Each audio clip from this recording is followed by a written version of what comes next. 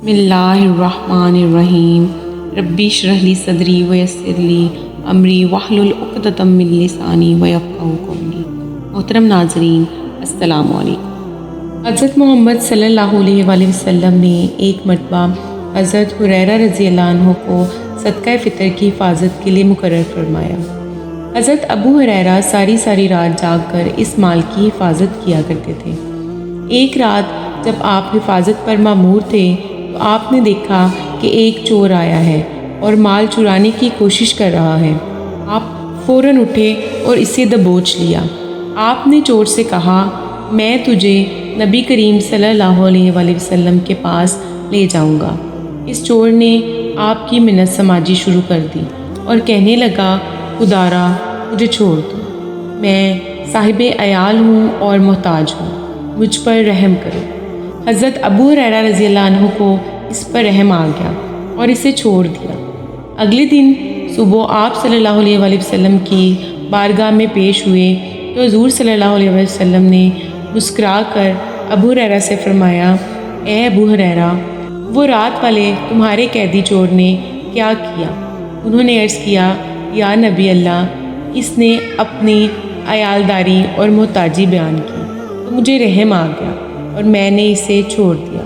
حضور صلی اللہ علیہ وآلہ وسلم نے فرمایا، اے ابو ہریرہ، اس نے جو کچھ تم سے کہا ہے وہ سب جھوٹ ہے، خبردار رہنا، وہ آج رات پھر آئے گا۔ حضرت ابو ہریرہ کو یہ سن کر اس بات پر بہت غصہ آیا اور انہوں نے تہیہ کیا کہ آج رات اسے نہیں چھوڑیں گے۔ چنانچہ دوسری رات آپ جاگتے رہے اور اس کے آنے کا انتظار کرتے رہے۔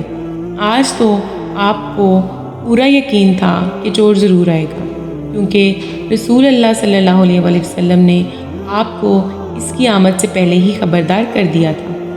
چنانچہ جیسے ہی رات گہری ہوئی تو چور دوبارہ آ گیا اور چوری کرنے کی کوشش کرنے لگا۔ حضرت ابو ہریرہ نے جیسے ہی اسے دیکھا تو اسے گردن سے دبوچ لیا۔ وہ پھر منت سماجی کرنے لگا اور اپنی عیالداری اور محتاجی کا واسطہ بھی دینا شروع کر دیا۔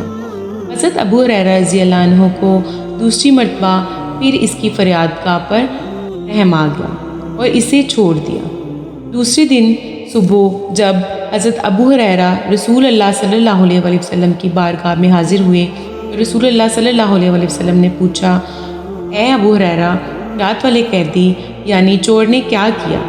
آپ نے عرض کیا، یا رسول اللہ صلی اللہ علیہ وآلہ وسلم، اس نے پھر اپنی منت سماجی کا قصہ چھیڑ دیا، جس کی وجہ سے مجھے اس پر رحم آ گیا اور میں نے اس کو چھوڑ دیا۔ رسول اللہ صلی اللہ علیہ وآلہ وسلم نے فرمایا، اس نے جو کچھ بھی کہا ہے وہ جھوٹ تھا، سنو، آج رات وہ پھر آئے گا۔